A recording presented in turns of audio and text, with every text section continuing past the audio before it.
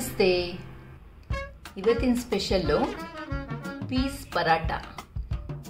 ಇದಕ್ಕೆ ನಾನು ಒಂದು 2 ಕಪ್ ಆಗೋಷ್ಟು ಹಸಿ ಬಟಾಣಿ ತಗೊಂಡಿದ್ದೇನೆ. ಒಂದು ಚಿಕ್ಕ ಆಲೂಗಡ್ಡೆನ ಹಚ್ಚಿ ನೀರಲ್ಲಿ ಹಾಕಿಟ್ಕೊಂಡಿದ್ದೇನೆ. ಹಸಿಮೆಣಸು ಒಂದು 3, ಒಂದು ಅರ್ಧ ಇಂಚಷ್ಟು ಶುಂಠಿ, ಇದು ಓಮ ಅಥವಾ ಅಜ್ವೈನ್, ಇದು ಜೀರಿಗೆ, ಉಪ್ಪು, ಅರಿಶಿನ, ಒಂದು ಸ್ವಲ್ಪ ಗರಂ ಮಸಾಲೆ ಮತ್ತೊಂದು ಸ್ವಲ್ಪ ಎಣ್ಣೆ. ಹಸಿ ಬಟಾಣಿ, ಆಲೂಗಡ್ಡೆ, ಹಸಿಮೆಣಸು ಮತ್ತು ಶುಂಠಿನ ಮಿಕ್ಸಿಗೆ ಹಾಕಿ ತರಿತರಿಯಾಗಿ ರುಬ್ಕೋಬೇಕು. ಬಟಾಣಿ, ಆಲೂಗಡ್ಡೆ, ಹಸಿಮೆಣಸು, ಶುಂಠಿನ ಈ ಥರ ತರಿತರಿಯಾಗಿ ರುಬ್ಬಿ ಇಟ್ಕೊಂಡಿದ್ದೇನೆ. ಈಗ ಬಾಣಲಿಗೆ ಒಂದು ಸ್ವಲ್ಪ ಎಣ್ಣೆ ಹಾಕೋತಾ ಇದ್ದೇನೆ. ಆಗ್ತಿದ್ದ ಹಾಗೆ ಜೀರಿಗೆ, ಓಮ ಅಥವಾ ಅಜ್ವೈನನ್ನು ಕೈಯಲ್ಲಿ ಒಂದು ಸ್ವಲ್ಪ ಈ ಥರ ತಿಕ್ಕಿ ಸೇರಿಸ್ತಾ ಇದ್ದೇನೆ. ಅರಿಶಿನ,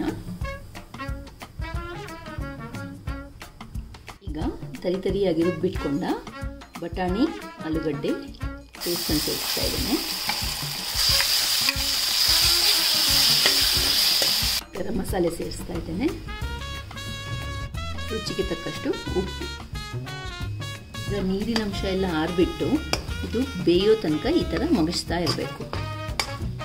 ಒಂದು 6-7 ನಿಮಿಷ ಆಗಿದೆ. ಈ ಬಟಾಣಿ ಎಲ್ಲ ಚೆನ್ನಾಗಿ ಬೆಂದಿದೆ. ಇಷ್ಟಾದರೆ ಸಾಕು. ಇದನ್ನು ಗ್ಯಾಸ್ ಆರಿಸ್ಬಿಟ್ಟು ಇದನ್ನು ಪೂರ್ತಿ ತಣಿಲಿಕ್ಕೆ ಬಿಡಬೇಕು. ಅದಾದಮೇಲೆ ಇದು ಗೋಧಿ ಹಿಟ್ಟು, ಸ್ವಲ್ಪ ಉಪ್ಪು, ಇದು ಉಗುರು ಬಿಸಿ ನೀರು.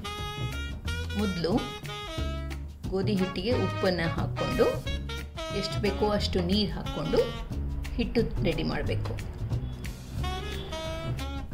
ಈಗ ಹಿಟ್ಟು ಕಲಸಿ ಆಗಿದೆ. ಇದಕ್ಕೆ ಮೇಲಿಂದ ಒಂದು ಸ್ವಲ್ಪ ಎಣ್ಣೆ ಹಾಕಿ ಈ ಥರ ಇದನ್ನು ನೆನೆಯಲಿಕ್ಕೆ ಬಿಟ್ಬಿಡಬೇಕು. ಮುಚ್ಚಿಟ್ಬಿಟ್ರೆ ಸರಿ. ಈಗ ಒಂದಿಷ್ಟು ಸಾಧಾರಣ ಇಷ್ಟು ದೊಡ್ಡ ಪೀಸನ್ನು ತೆಗೆದುಬಿಟ್ಟು ಪರಾಟ ಮಾಡೋಣ. ಇದನ್ನು ಗೋಧಿ ಹಿಟ್ಟಲ್ಲಿ ಈ ಥರ ಒಮ್ಮೆ ಹರಿಬಿಟ್ಟು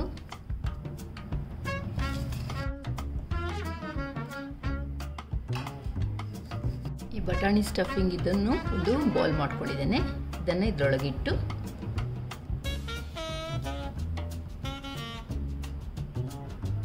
ಈ ಥರ ಮುಚ್ಚಿ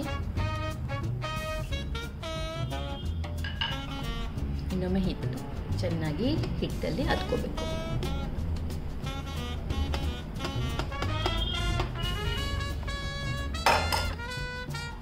ಮತ್ತು ನಿಧಾನವಾಗಿ ಆದಷ್ಟು ಹೊರಗಿಂದ ಒಳಗೆ ಈ ಥರ ಲಟ್ಟಿಸ್ಕೋಬೇಕು.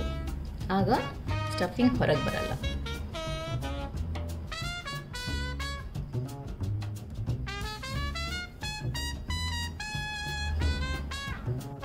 ಅದು ಸರಿಯಾಗಿ ಬಂದರೆ ಪರಾಟನ ಎಷ್ಟು ತೆಳ್ಳಗೂ ಮಾಡ್ಕೋಬೋದು. ಈಗ ಕಾವಲಿ ಒಳ್ಳೆ ಬಿಸಿಯಾಗಿದೆ.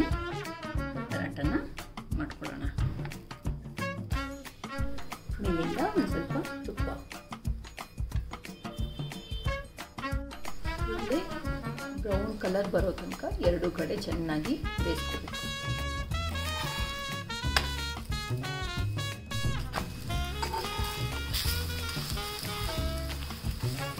ಬಿಸಿ ಬಿಸಿ ಪರಾಟದ ಜೊತೆ ಒಂದು ಸ್ವಲ್ಪ ಬೆಣ್ಣೆ, ಮೊಸರು ಹಾಗೂ ಉಪ್ಪಿನಕಾಯಿ, ಪೀಸ್ ಪರಾಟ ರೆಡಿ.